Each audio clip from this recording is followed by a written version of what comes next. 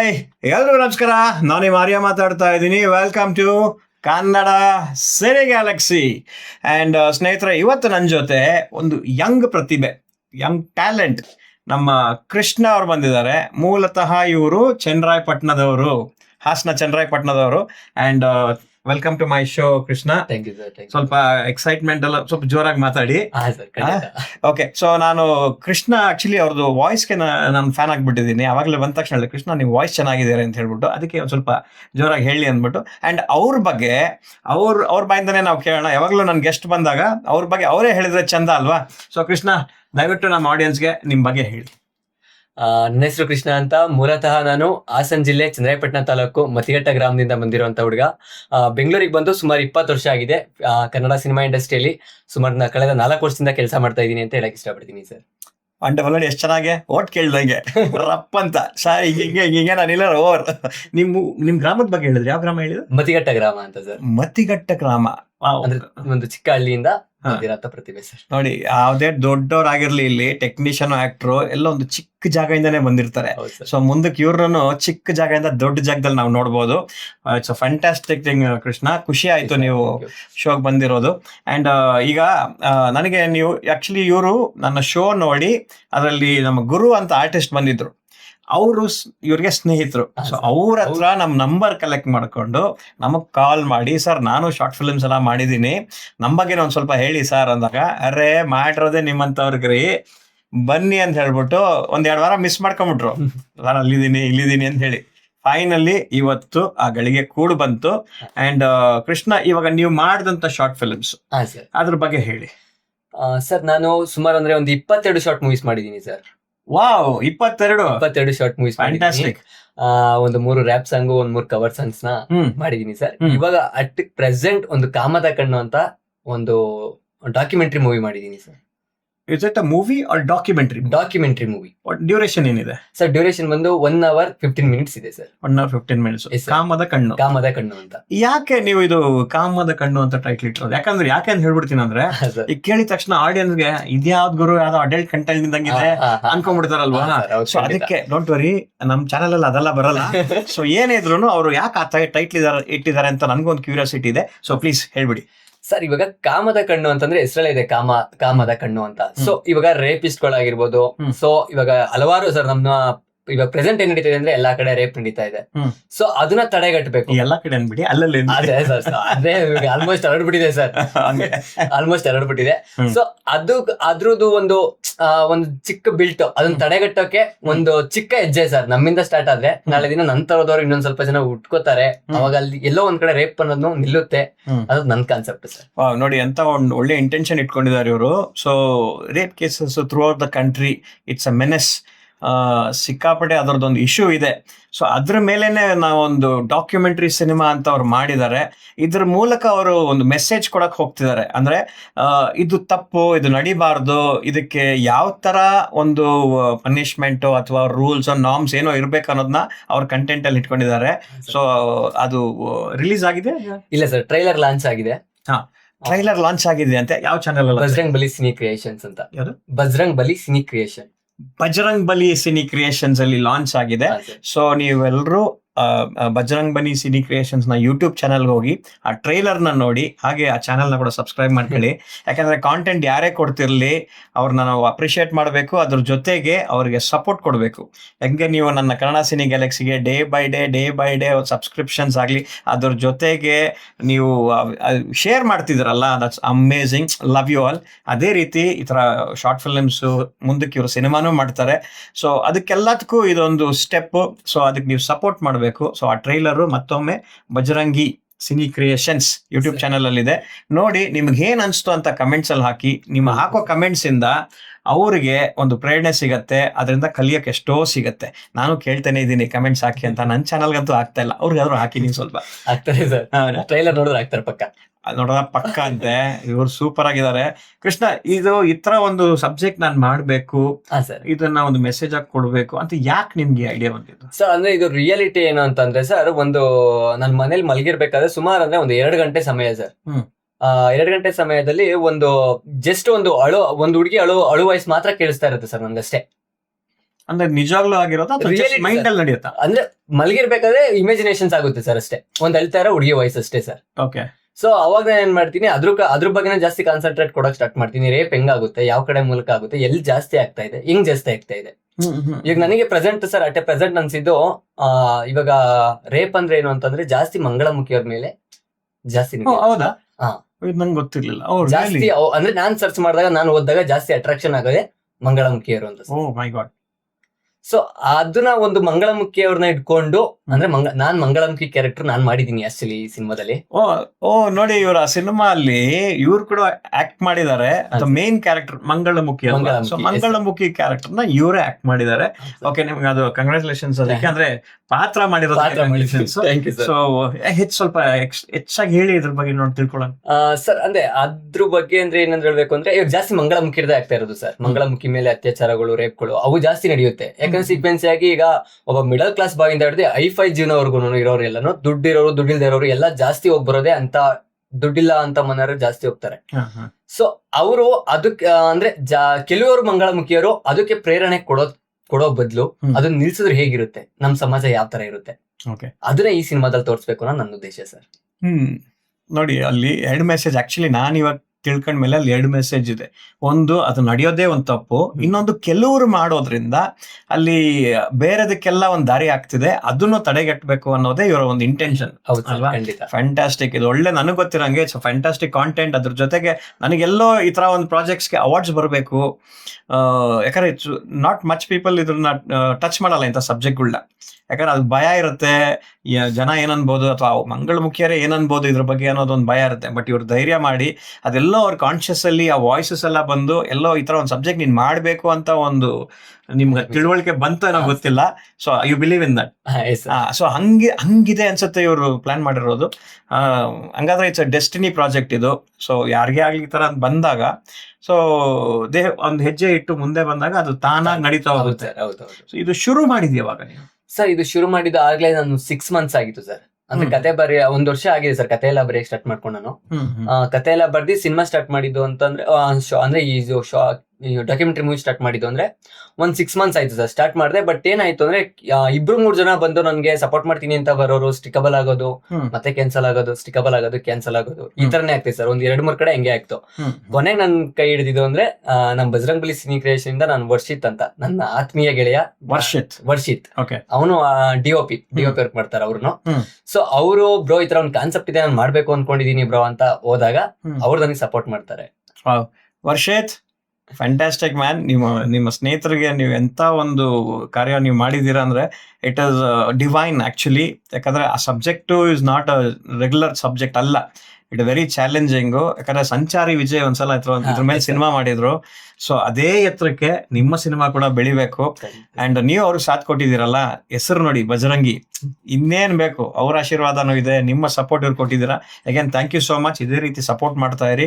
So ಈಗ ಈ concept build ಮಾಡಿದ್ರಿ, ಇದನ್ನ ಕಂಪ್ಲೀಟ್ ಮಾಡಿದ್ರಿ. ಟೀಮ್ ಕಟ್ಟದೆ ತುಂಬಾ ಒಂದು ರಿಸ್ಕ್ ಆಗ್ಬಿಡ್ತು ಸರ್. ಇಡೀ ಟೀಮ್ ಕಟ್ಟೋದು ತುಂಬಾ ರಿಸ್ಕ್ ಆಯ್ತಂತೆ, ಏನೋ ಅಂತ ತಿಳ್ಕೊಂಬಿಡ ಪ್ಲೀಸ್ ಸರ್.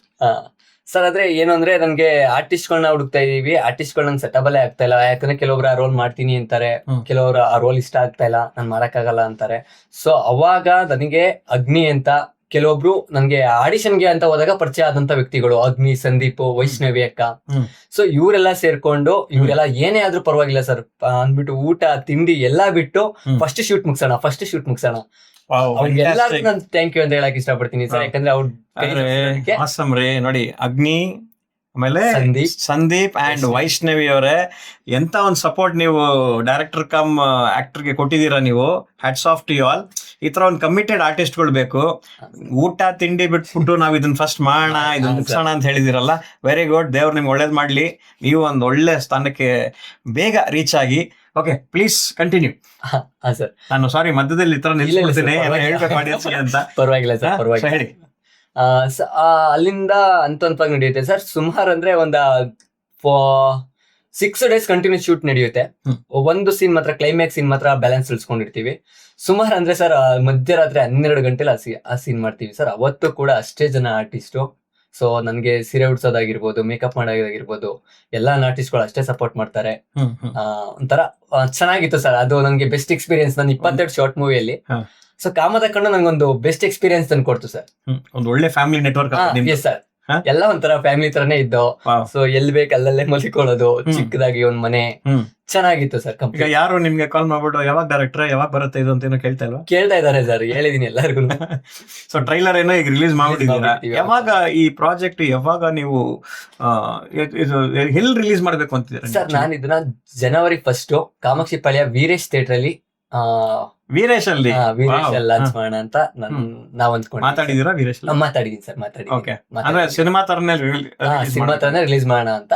ಸೊ ಅದೇ ಬಟ್ ಏನು ಅಂತಂದ್ರೆ 1-2 ಶೋ ಆತರ ಟೈಪ್ ತಗೊಂಡು. ಸೆನ್ಸರ್ ಆಗಿದೆ ಇದಕ್ಕೆ? ಇಲ್ಲ ಸರ್, ಸೆನ್ಸರ್ ಆಗಿದೆ. ಸೆನ್ಸರ್ ಮಾಡ್ತಾರೆ ನೀವು ಅಲ್ಲಿ ರಿಲೀಸ್ ಮಾಡ್ಬೇಕು ಅಂತ ಹೇಳಿದ್ರೆ ಸೆನ್ಸರ್ ಆಗ್ಲೇಬೇಕು. ಹಾ ಸರ್, ಅದೇ. ಓಕೆ. ಸೊ 1-2 ಶೋ ಕೊಡ್ಸಿ ಆಮೇಲೆ ಆನಂತರ ಯೂಟ್ಯೂಬ್ ಚಾನಲ್ಗೆ ಬೇಡ ಅಂತ ನನ್ನ ಅನಿಸಿಕೆ ಅಂದ್ಕೊಂಡಿದೀನಿ ಸರ್. ಯಾಕೆ ಅನ್ಸಿಕೆ ಮಾಡಿ ಹೋಗ್ತಾ ಇರಿ, ಯಾಕಂದ್ರೆ ಕನ್ನಡ ಸಿನಿಮಾ ನೀವು ಮಾಡಿರೋದು ಬೆಳಿಬೇಕು, ಕನ್ನಡ ಸಿನಿಮಾ ಬೆಳಿಬೇಕು, ಕನ್ನಡ ಇಂಡಸ್ಟ್ರಿ ಬೆಳಿಬೇಕು, ಈ ತರ ಹೊಸ ಟ್ಯಾಲೆಂಟ್ಸ್ ಬರ್ತಾನೆ ಇರಬೇಕು. ಸೊ ಫ್ಯಾಂಟಾಸ್ಟಿಕ್ ಫೀಲಿಂಗ್ ಅದು. And how challenging it was ನೀವು ಶೂಟಿಂಗ್ ಮಾಡ್ಬೇಕಾದ್ರೆ? 12 ಗಂಟೆಲ್ಲ ಶೂಟಿಂಗ್ ಮಾಡಿದೀನಿ ಅಂತಿರಲ್ಲ.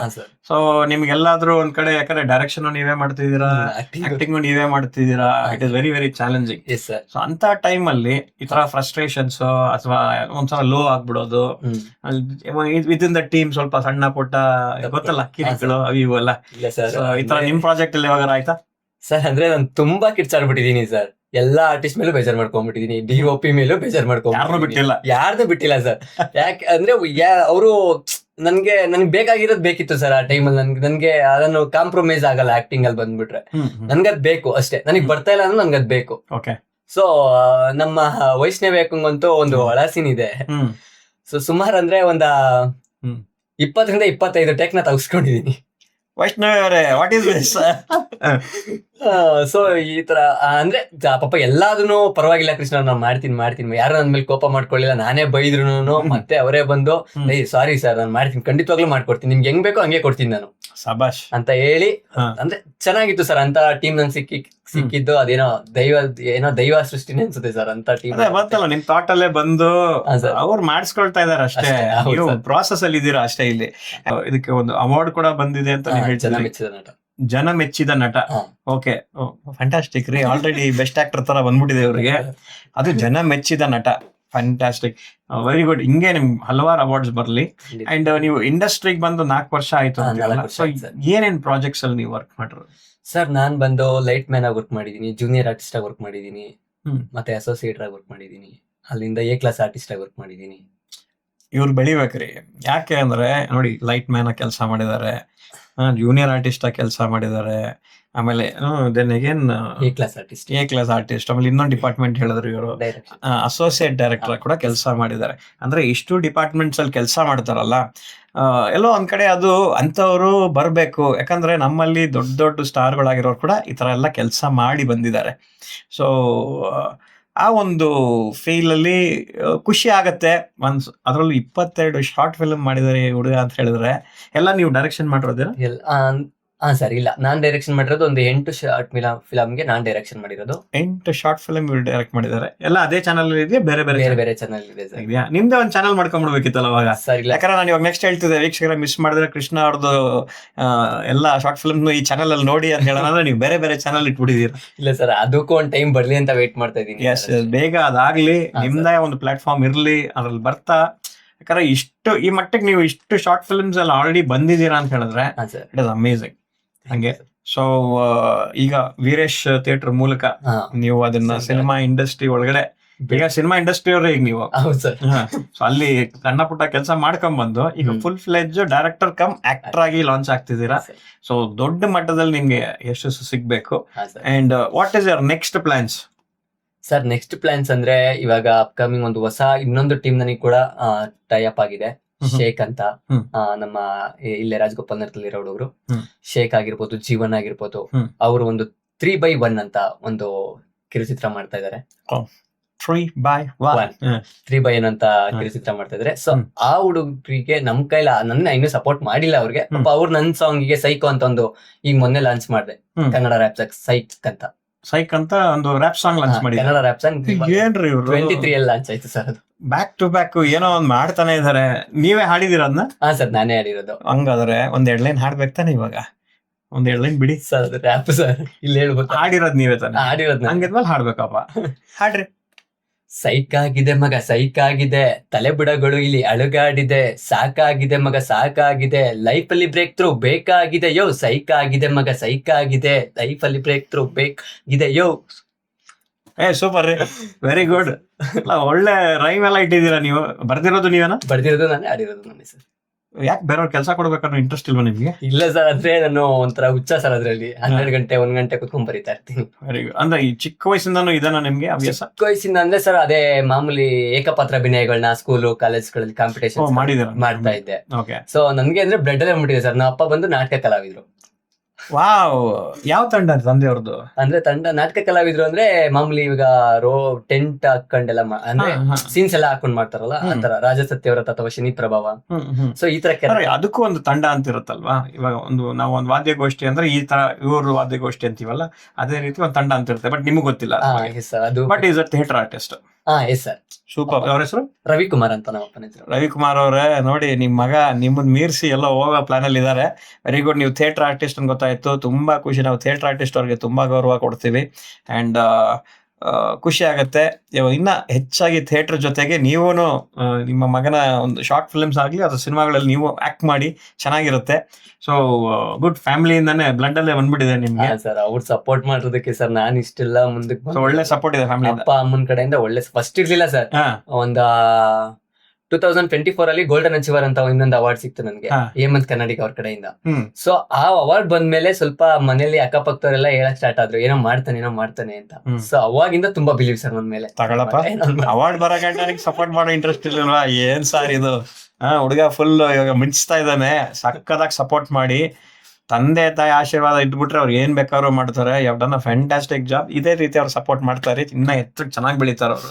ಗುಡ್. ಸೊ ಫ್ಯಾಮಿಲಿಲೂ ಇದೆ, ಅಲ್ಲಿಂದ ನೀವಾಗ ಇಂಡಿಪೆಂಡೆಂಟ್ ಆಗಿ ಬಂದು ಎಲ್ಲ ಮಾಡ್ತಿದ್ದೀರಾ. ಸೊ ಎಷ್ಟು ಬೇಗ ಒಂದು ನೆಕ್ಸ್ಟ್ ಸಿನಿಮಾ ನೋಡ್ಬೋದು? ಪ್ರಾಪರ್ ನಮ್ಮ ಕನ್ನಡ ಕಮರ್ಷಿಯಲ್ ಸಿನಿಮಾನ ಅಥವಾ ಒಂದು ಸಬ್ಜೆಕ್ಟ್ ಓರಿಯೆಂಟೆಡ್ ಸಿನಿಮಾ ಯಾವಾಗ ನೋಡ್ಬೋದು ನಿಮ್ಮ ಹತ್ರ? ಸರ್ ನಾನು ಇನ್ನೂ ಸ್ವಲ್ಪ ಬೆಳಿಬೇಕು ಅನ್ಕೊಂಡಿದ್ದೀನಿ ಕಿರುಚಿತ್ರದಲ್ಲೇ. ಸ್ವಲ್ಪ ಬೆಳೆದು ಹೆಸರು ಮಾಡಿ ಆನಂತರ ಬಿಗ್ ಪ್ರಾಜೆಕ್ಟ್ 27 ಪ್ರಾಜೆಕ್ಟ್ ಮಾಡ್ಬಿಟ್ಟು ಇನ್ನೂ ಹೆಸರು ಮಾಡ್ಬೇಕಂತೆ. ಎಲ್ಲ ಸರ್, ಅಂದ್ರೆ ಇನ್ನು ಬೇಕಲ್ಲ ಸರ್. ಸ್ವಲ್ಪ ನನ್ನಲ್ಲಿ ಸ್ವಲ್ಪ ಕರೆಕ್ಷನ್ಸ್ಗಳು, ತಪ್ಪುಗಳು ಅವೆಲ್ಲ ತಿದ್ಕೊಂಡು ಮುಂದಕ್ಕೆ ಸ್ಟೆಪ್ ಬೈ ಸ್ಟೆಪ್ ಇಡ್ತಾ ಆನಂತರ ಇಡೋಣ ಅಂತ. ಒಂದು ಸ್ನೇಹಕ್ಕಾಗಿ ಅಂತ ಆಲ್ರೆಡಿ ಒಂದು ಸಿನಿಮಾ ಮಾಡಿದೀವಿ. ಬಟ್ ಹೌದಾ? ಹಾ ಸರ್, ನಮ್ ನಿತಿನ್ ಸರ್ ಅವರ ನಿರ್ದೇಶನದಲ್ಲಿ.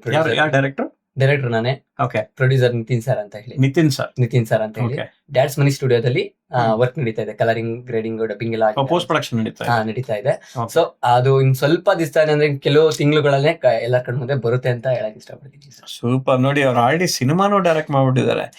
ಹಂಗಾದ್ರೆ ಇವ್ರದ್ದು ಬೇಗ ಜಾಸ್ತಿ ಎಪಿಸೋಡ್ಸ್ ಬರುತ್ತೆ ನಮ್ಮ ಚಾನಲ್ ಅಲ್ಲಿ, ಯಾಕಂದ್ರೆ ಮಾಡಿರೋದೇ ಪ್ರಮೋಟ್ ಮಾಡೋದಕ್ಕೆ.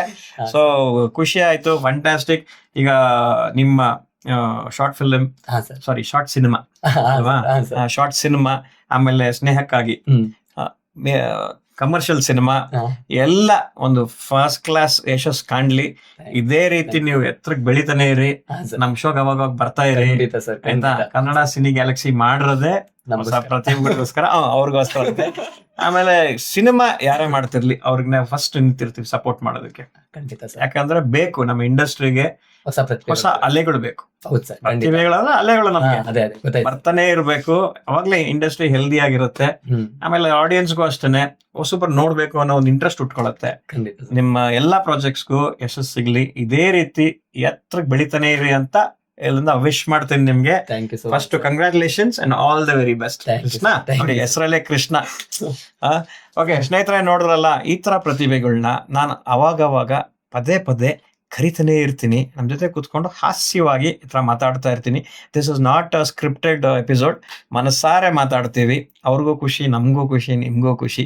ಸೊ ನನಗೆ ಹೆಂಗೋ ಸಪೋರ್ಟ್ ಕೊಡ್ತಿದ್ದೀರಾ. ನನ್ನ ಡ್ಯೂಟಿ ಮತ್ತೆ ಕೇಳೋದಕ್ಕೆ please subscribe to my channel and ದಯವಿಟ್ಟು ಕಮೆಂಟ್ಸ್ ಹಾಕಿ ಬಾಸ್. ಆಮೇಲೆ ಈ ತರ ಪ್ರತಿಭೆಗಳಿಗೆ ಸಪೋರ್ಟ್ ಮಾಡಿ. ಅಂಡ್ ಯಾವಾಗ ರಿಲೀಸ್ ಅಂತ ಏನಾದ್ರು ಐಡಿಯಾ ಇದೆ? ಶಾರ್ಟ್ ಫಿಲ್ಮ್ ಜನವರಿ 1ಗೆ ಸರ್. ಜಾನ್ವರಿ 1ಗೆ ಇವರು ಸಿನಿಮಾ, ಶಾರ್ಟ್ ಸಿನಿಮಾ ತೆರೆ ಕಾಣ್ತಾ ಇದೆ. ಸೊ ಅದು ಯೂಟ್ಯೂಬ್ ಅಲ್ಲಿ ಬರ್ಲಿ ಅಥವಾ ಥಿಯೇಟರ್ ಅಲ್ಲಿ ಬರ್ಲಿ, ಅಲ್ಲೇ ಹೋಗಿ ನೋಡಿ ಅಂತ ಹೇಳ್ತಾ ನಾನು ನಿಮ್ಮ ಆರ್ಯ, ನಮಸ್ಕಾರ. ನಮ್ಮಂತ ಹೊಸ ಪ್ರತಿಭೆಗಳನ್ನ ಗುರುತಿಸಿ ಕನ್ನಡ ಸಿನಿ ಗ್ಯಾಲಕ್ಸಿ ಕಡೆಯಿಂದ ಪ್ರಮೋಟ್ ಮಾಡ್ತಾ ಇದ್ದಾರೆ. So thank you so much sir. ನಿಮ್ಮ ಈ ಒಂದು ಒಳ್ಳೆ ಕಾರ್ಯ ಸತತವಾಗಿ ನಡೀಲಿ. ಇನ್ನು ನಿಮ್ಮಿಂದ ಎಷ್ಟೋ ಪ್ರತಿಭೆಗಳನ್ನ ಗುರುತಿಸ್ಲಿ ಜನ ಅಂತ ಕೇಳಕ್ ಇಷ್ಟಪಡ್ತೀನಿ. ದಯವಿಟ್ಟು ಕನ್ನಡ ಸಿನಿ ಗ್ಯಾಲಕ್ಸಿನ ಲೈಕ್ ಮಾಡಿ, ಸಬ್ಸ್ಕ್ರೈಬ್ ಮಾಡಿ, ಮತ್ತೆ ಯಾರು ಸ್ಕಿಪ್ ಮಾಡ್ದಂಗೆ ಫುಲ್ ವಿಡಿಯೋ ನೋಡಿ ಅಂತ ಹೇಳಕ್ ಇಷ್ಟಪಡ್ತೀನಿ.